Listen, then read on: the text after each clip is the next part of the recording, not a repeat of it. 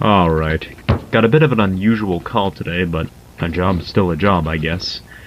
Grab your snacks because this is going to be a long one. A paranormal investigator is hired to do an investigation on strange reports that have been filed in a new pizzeria that had opened up in a new strip mall. The place is called Freddy Fazbear's Pizza. Normally I'd get called into places that are abandoned or at least old buildings that are at least a century old. But, the strip mall itself looks pretty new, and the manager told me that this particular location was opened roughly 5 years ago. It was also reported that these strange occurrences were disrupting other businesses inside the strip mall, and they could possibly have to move if he couldn't figure out what was going on in the location. He goes on to read these events, stating that objects would move around and reappear in different places even when the building was shut off completely and there was no workers there. Also stating that children could be seen inside the building even when it had been closed for hours. One of the main occurrences, though, that really sparked this entire investigation was when in a birthday party a bunch of kids ran out of the bathroom crying, saying that they saw somebody else staring at them in the mirror, speaking a language that they couldn't understand. And in some occurrences, some of the children that the coworker saw would disappear in thin air in full view of the coworker. Some kids were male, some kids were female, but they all ranged through an age of 7 and 11. And that's all she wrote. So, based off that information alone, my guess is that this is some sort of poltergeist. It does sound like there may be more than one in the building, but of course I won't know that for sure until I can hopefully make contact with one of them. The thing is, if no one's been possessed or has died yet, then it seems these entities may not be violent or demons or anything like that. These very well may just be the spirits of actual children who are maybe just lost and obviously confused about what's going on. But again, won't know for sure until we're in there. Alright, I believe that's everything I need. Yep, that's everything. Alright. Walking into the pizzeria, he comments on how he purposely asked the owners of the building to shut the power to the building completely, so there would be no excuses for the flickering lights just being because of the poor power of the building. But of course, this unfortunately means that I have to work in the dark. Alright, let's get the EMF reader out and let's see. Well, shit, okay. So I was told that all of their animatronic characters should be on stage and shut down. I was told there's a bear, a bunny, a chicken, and a fox. Probably shouldn't jump the gun just yet, though. Maybe one of the employees forgot to take him out of storage or something. Regardless, let's, go ahead and get set up here. Alright, let's see what the EMF reader picks up. Saying on how there must be something close because of the sudden temperature change, he walks towards the stage, finding a hot spot. Or a cold spot, no pun intended. Get the fuck off the stage, you idiot! Getting a few blips here and there, but nothing pretty substantial yet. Oh, here we go. I think we got something right here.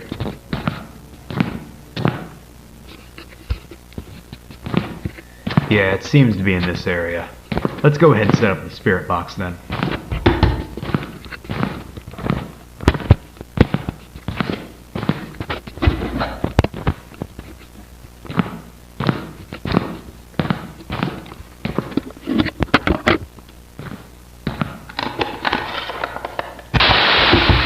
After a few tries of attempting to get a spirit to communicate, he picks something up. My name is Sean. Can you say my name back to me? Sean. Whoa, shit, here we go. Okay, just so I can make sure that wasn't a coincidence, can you say my name again? Sean. Alright, thank you. So now that I know that I'm speaking to someone, can you tell me your name?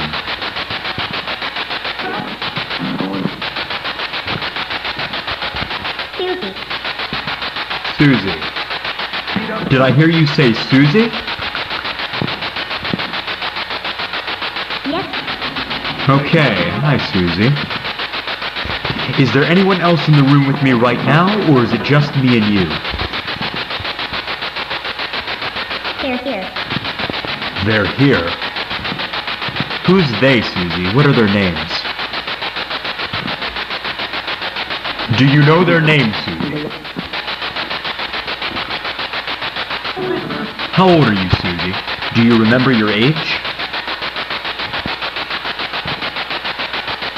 8. 8. Okay. So you must be one of the children that I've heard about. Alright, Susie. I guess more to the point. How did you die? Do you remember how you died? I'm not here to hurt you in any way, Susie. I just want to understand what happened to you and why you're here. If you're uncomfortable telling me... Murder. Murder? Who murdered you?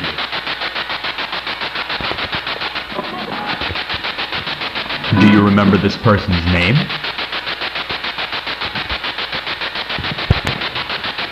Bonnie. Bunny? You were murdered by a bunny? Maybe she meant Donnie? Like a Donald? Yes. Wait, was that a yes? Alright then. How did this bunny kill you? Knife. A knife? Susie, was this a person dressed like a bunny? Yes. Holy shit. Hold up, I have to make sure the camera got that. So now he could have a murder on his hands. He goes through the list of things it could have been. Some whack job in a bunny costume, a coworker gone mad, or they could be lying, who knows. But it was already reported that the hauntings did not occur until July of the year this was recorded. So if this really did happen, it happened very recently. He plans on going to the restaurant owners with this information so he could get a hold of the cameras and see if he would have caught anything on tape. But he also finds it rather abnormal on how coherent and clear the spirits are speaking to him through the box. He tries to communicate with Susie one more time, but she's already gone. Now he has to go find another spirit or see if he can find Susie again. If there are any spirits still in the room with me, please make your presence known.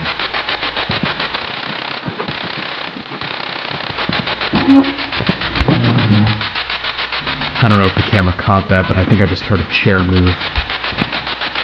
Look, right there. That's at least where the sound came from. It's right next to my flashlight, too. Did someone just pull this chair out? Are you sitting down right here? Oh. He comes in contact with another who remains anonymous, but he requests that the ghost box and the flashlight be turned off, and he can communicate another way. Alright, let's go ahead and turn the spirit box off for now. Alright, I turned the noise off. Whoever you are, I'm not trying to hurt you. I just want to have a conversation with you. Can you tell me where you are right now? The fuck is that noise? What the fuck is that? Hello? I don't know if the camera could see that, but I for sure just saw a head stick out and move over there. So I actually looked through this video to see if I can actually see what he saw on the camera, but I found nothing. Other people who did the analysis said that they didn't see anything either, so I guess it's just up to our imagination.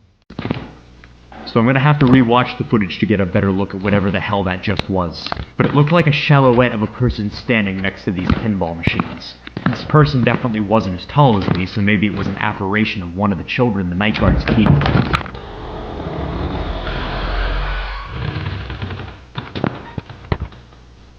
What the fuck?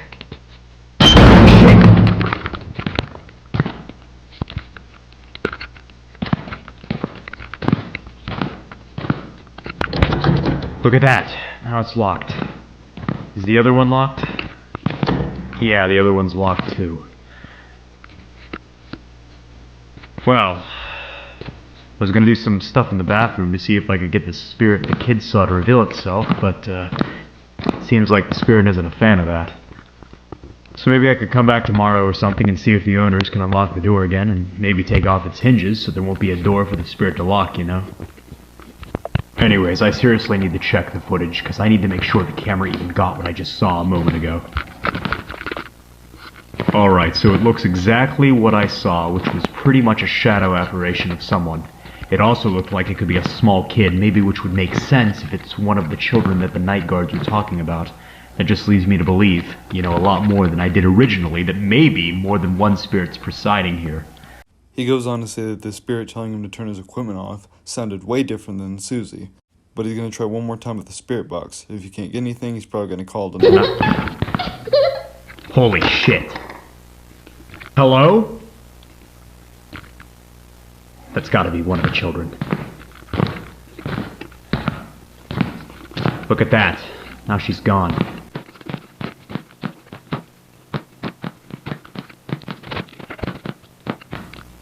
Oh. Huh, well. I guess that explains where you were the entire time. I'm having a bit of a hard time believing you were left like that, though. Now he gets his moment to communicate with one of these things. He sets up his equipment as fast as he can and starts. Gonna set up an Ovulus for this session. Q&A mode. So hopefully I can get some clearly spoken words. Alright. Is there anyone in the room with me right now? Anyone who'd like to communicate with me? I of course mean you no harm. I just want to know if someone else is in here with me.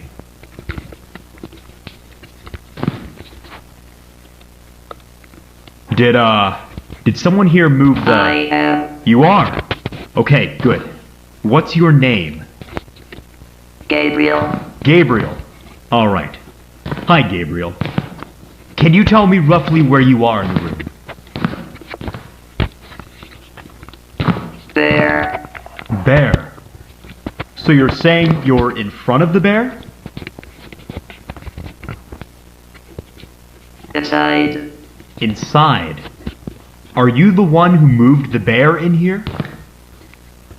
Gabriel, why are you possessing the animatronics here? I'm not gonna assume you're doing Trapped. it... Trapped? You're trapped inside that thing? How did you get trapped? Gabriel, I know this may be uncomfortable for you, but I can't help you unless you answer my questions. How did you get trapped in that thing? Okay, well, if you're still troubled by what happened to you, then I guess we can skip those questions. If it means you'll keep talking to me. Okay. Do you remember how you died, Gabriel? Murder. There it is again. Murder. That's exactly what Susie said. Do you remember who murdered you, Gabriel? Him. Him? What do you mean, him, Gabriel? Do you remember his name? Gabriel, whether you're trying to or not, you're causing a lot of problems for the people who own this place. Now, if you help me out... He must die. Will pay. I assume you're talking about your killer. I don't know if I'm going to kill him per se, but I'm willing to find him and make him pay for what he did to you and Susie. Now just tell me what you remember of him. Did you catch a glimpse of him, maybe?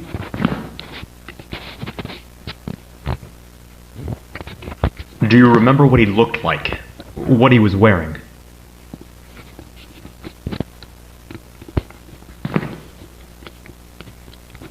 Purple. Purple. Okay, purple. Well, at least that's something. I was told by the restaurant owner that the employees here wear purple outfits. Did this person look like he worked here, maybe? Yes. Yes. Interesting. Did you ever see his face? Can you describe it to me? No. Too dark. No, too dark. Okay, so it must have been too dark to make out the facial features, I guess. Alright, so one last thing I want to ask before I go. I was talking to another spirit here named Susie, and she mentioned something about someone in a bunny suit. Does that sound familiar to you? Gabriel, are you still there? Get out. Get out? Why? Why do you want me to leave, Gabriel? Get out. Get out. Have I said something to upset you? Get out. What the fuck? Why did this just go out? What the fuck? Whoa, whoa, whoa, what the fuck? Holy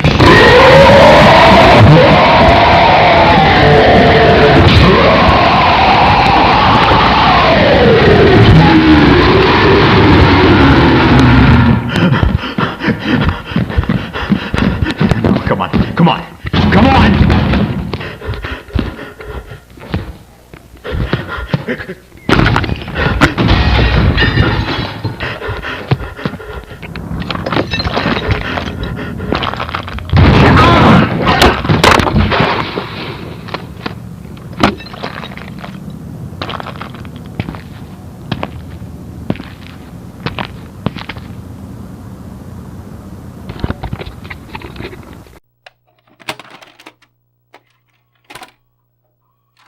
This tape starts off as a black void.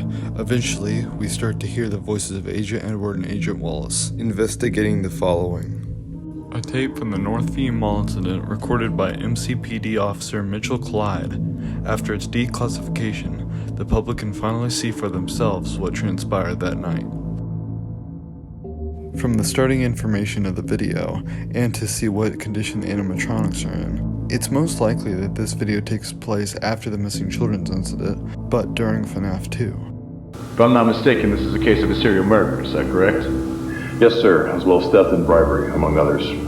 Now, this relates back to a string of disappearances that started popping up about a year ago, all relating back to a kids' entertainment company called Fazbear Entertainment. This first case involves a man named Sean Roberts, who... On the night of August 19th, 1985, around 2 o'clock, he was hired to look into the company's supernatural occurrences. However, his family reported that same morning that he hadn't come home and has been missing ever since. Now, originally we suspected that he had been kidnapped, but witnesses who live close to the restaurant strip mall lead us to believe a different story. They reported hearing a loud gunshot, some recognized it as a shotgun blast, that came from the parking lot during the night.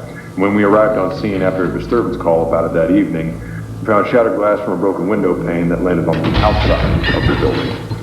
We did manage to find a small blood sample on the ground as well as fingerprints off the victim's equipment, confirming that this was him and he had indeed been murdered. However, we found nothing giving us any idea of who the actual killer was.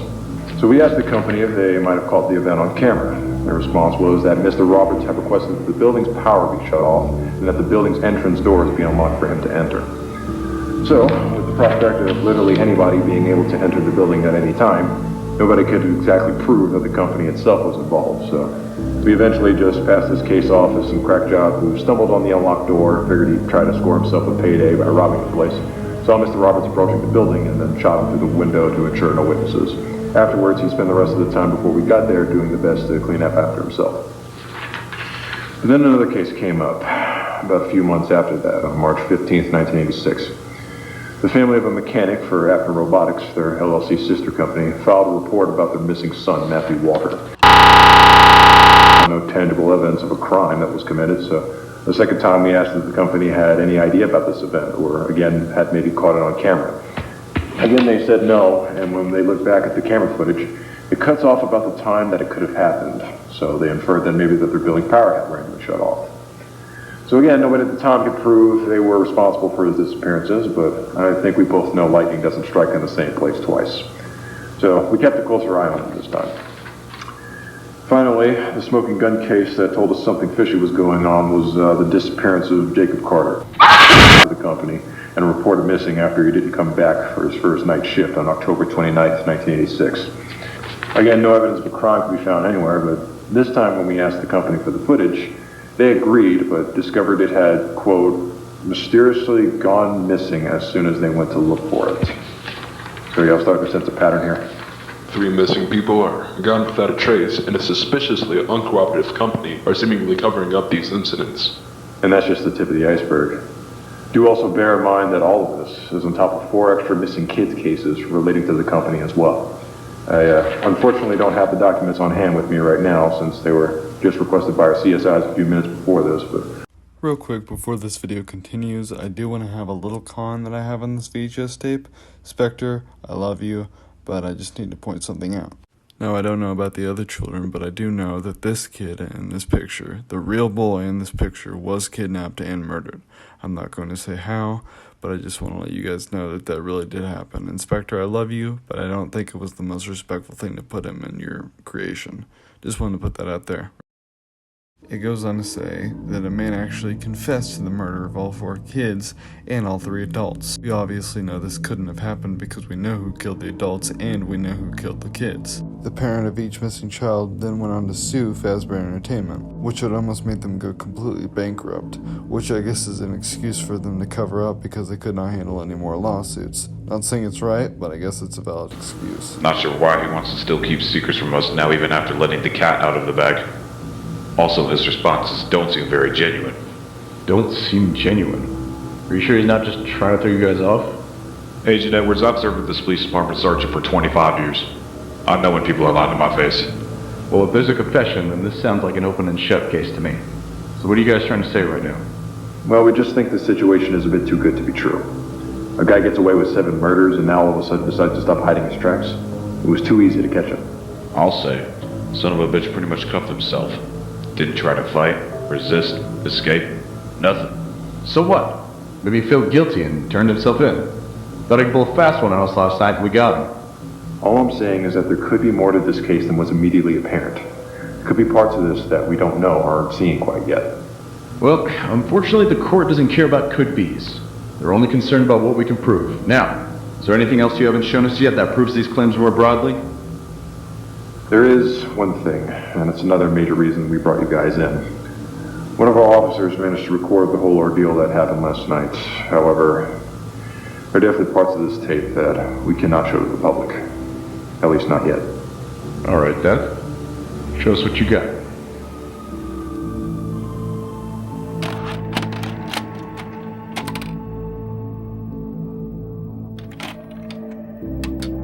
Is that camera rolling? Let's see. Yep, says recording. Alright, good. Should be coming up on them fairly soon. Which way are they heading? Should be the same direction we're going, just not exactly sure how far up they are. Keep an eye on both sides though. Oh shit, is that them? Might be. It looks like it fits the bill. Why the hell are they driving so slow? I don't know. They're probably trying to decide what to do. Let's go ahead and phone it in now before they try something. 3 Echo 10 to dispatch, over. 3 Echo 10, go ahead. Yeah, we got a possible jackpot on that Bolo for a 1982 white GMC box truck currently heading northbound on 99. Roger, ready for the plate detail. That LP is going to be Juliet Golf Kilo 245. That's Juliet Golf Kilo 245. And it's a Wisconsin plate, over. 3 Echo 10, that's a positive ID. Vehicle was reported stolen from a rental service a few days ago and is now involved with an ongoing investigation. Multiple units reported seeing a brand logo on the side of the vehicle though, so the vehicle may be...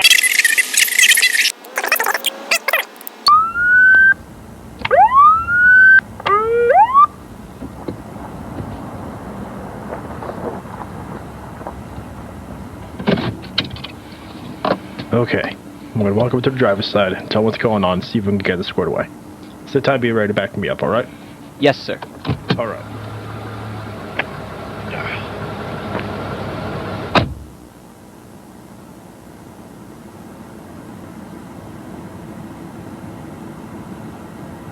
He walks up to the side of the semi, greeting them by saying that he's Officer Dale.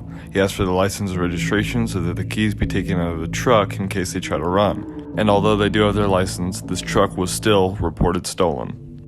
Alright, let me go ahead and rerun this stuff and see if we can get this issue squared away, alright? Alright, sit tight for me.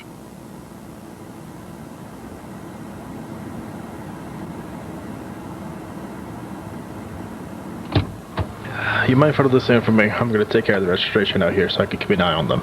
Yeah, sure thing. 3 Echo 10 to dispatch. 3 Echo 10, what you got? Got a commercial license I need you to check out for me. Ready for the details. License number is going to be 126-266-79. That's 126-266-79. First name Oscar, last name Master. M-A-S-T-E-R. He's a 34-year-old white male with short brownish black hair. Over. I'm not coming up with anything. Can I get a 10-9 on the number? 126-266-79. I got no one listed under that name. Is it expired? Negative, dispatch. License says it'll expire in 92. They gave him a fake ID, so now Officer Dale has to be the one to take him out and put him in cuffs. He walks up to the side of the semi, tells him what's going on, and this happens. Hey man, I'm gonna need you to step out of the vehicle for... Hey, where the hell's your friend? Daryl? 3 Echo 10, officer down, shots fired! Don't move! Show me your hands! Now! Drop what's in your hands and step out of the truck! You deaf motherfucker? I said!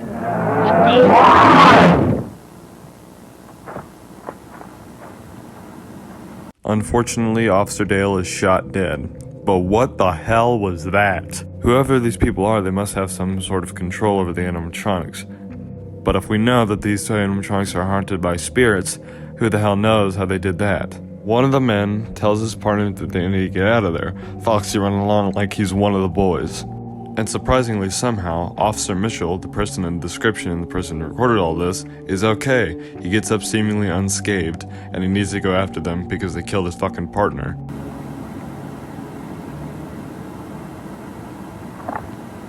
3 Echo 10 to dispatch.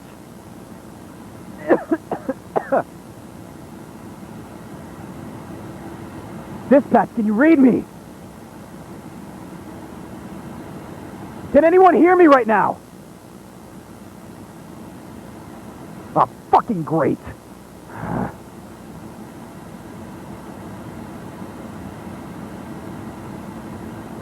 Daryl! Daryl, you still with me, buddy? God damn it, man. I'll make him fucking pay for this. This is 3 Echo 10. I got an officer down on 999 North. I need backup and immediate medical assistance. Over. Does anyone read me? Ah, Fredo's busted too. Fuck.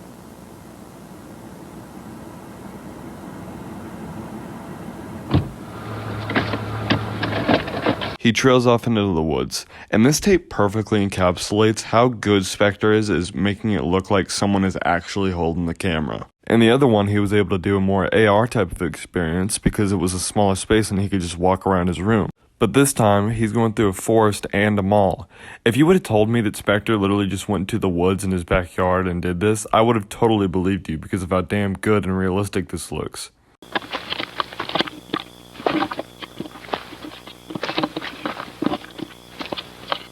Damn. What is this place? Looks abandoned. Or at least pretty run down. It's gotta be a mall or something. The hell are they doing in a place like this? This must be where they broke in. Or at least where someone broke in.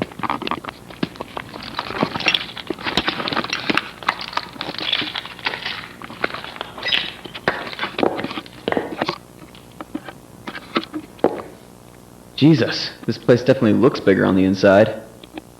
I mean, it looks fairly intact, but my God, did they let this place go?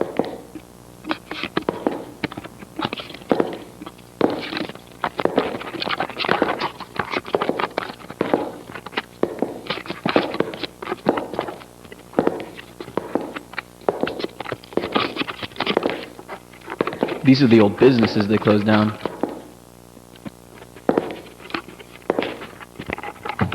Architecture looks super retro, though. This place had to be built in like the late 60s to early 70s at least.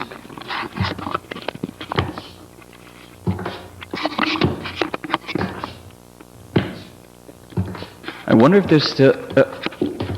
No way! How is there still power in this place? Well, if there is still power, hopefully the phones here still work. I gotta make sure backup knows I'm here, otherwise they'd be looking everywhere to try and find where the action is. I think that's a map right there. Let's see if I can find the office buildings. Okay, let's see. Office. Here. Okay. Second floor on the east side. Alright, let's see if those phones still work. So hopefully I can redirect the cavalry over here to help me catch these guys.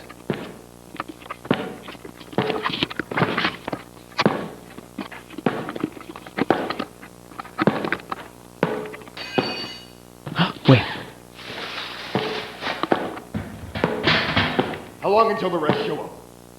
From where we are, it'll take him at least 5 to 10 minutes, but they don't even know we're here, so we've got time. What if they check here first? Will you quit your fucking bitching and hand me the pliers? see. They're scrappers. I wonder what they need all that for, though.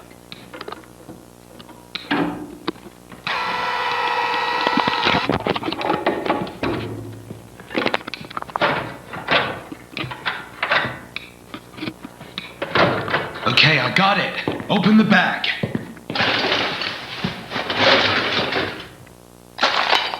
I heard that! Who's there?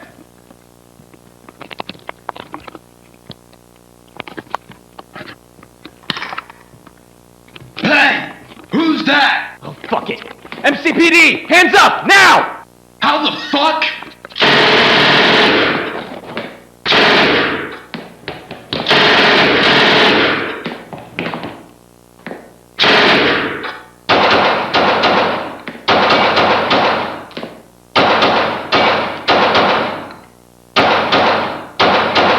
It's just him! Come on, let's go! Now! Hurry up!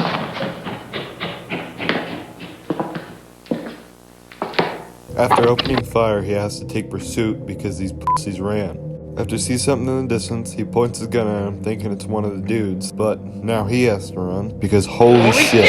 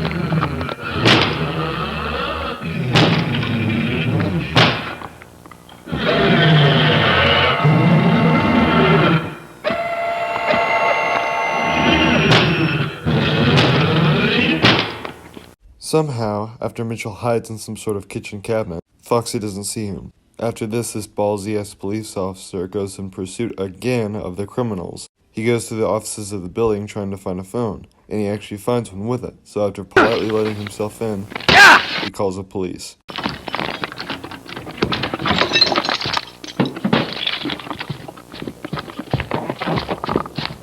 Yes! Still works! Alright, let's send in the cavalry.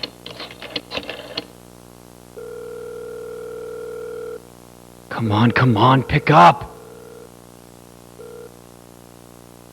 Yeah, this is Officer Mitchell Clyde, MCPD. We got shots fired at Northview Mall, east of I-99 North. I got 2 armed and dangerous suspects with machine pistols, both in all black and ski masks. Physical description unknown. My partner's down and unresponsive. I need backup and immediate medical assistance. This sound like a fucking prank call to you, lady? Both me and my partner's radios are busted. What do you want me to do? Thank God this phone still works, otherwise I'd have no way to reach you guys. I think I heard something. Ah, shit. Just give me some backup, damn it. Chris! What?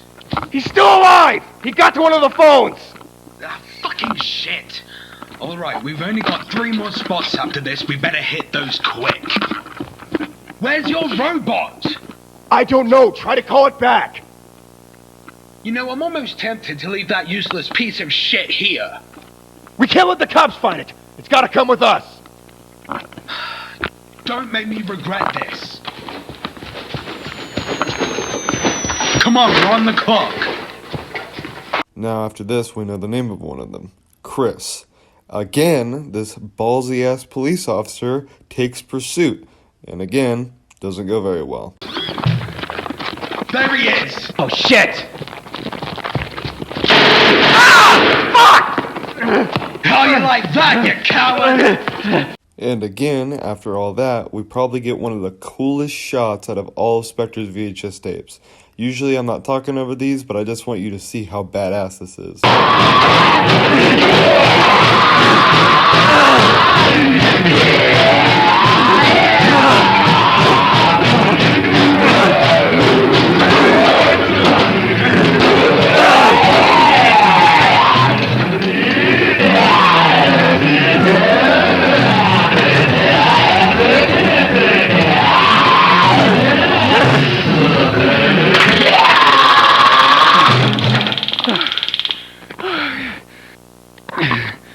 After violently chasing him around the second floor ledge of the building, he pulls out his taser and shoots right in the exposed area, knocking him out completely. Finally, backup shows up, and we take a breath of fresh air as we see that we're not alone anymore. About fucking time.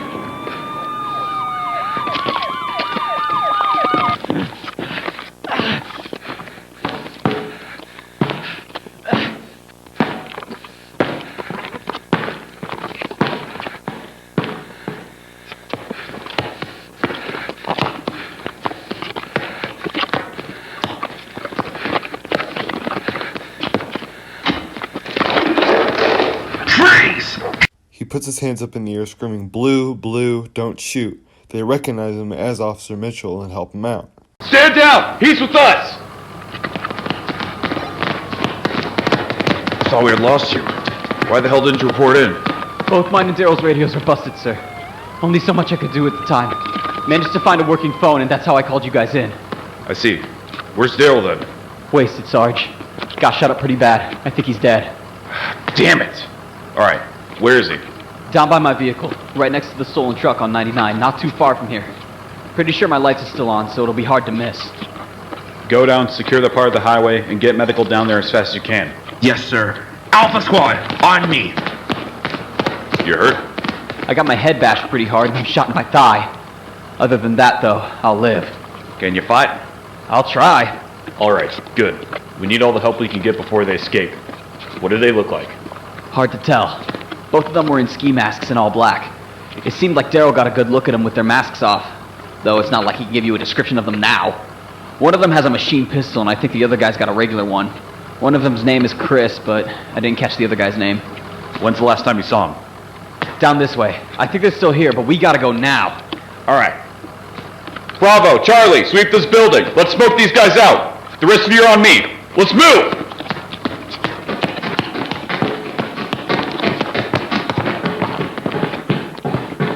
Now that he has backup, he is able to safely take pursuit this time. After supposedly killing Chris, he's able to apprehend the other one. What's your name? Identify yourself. Henry Emily.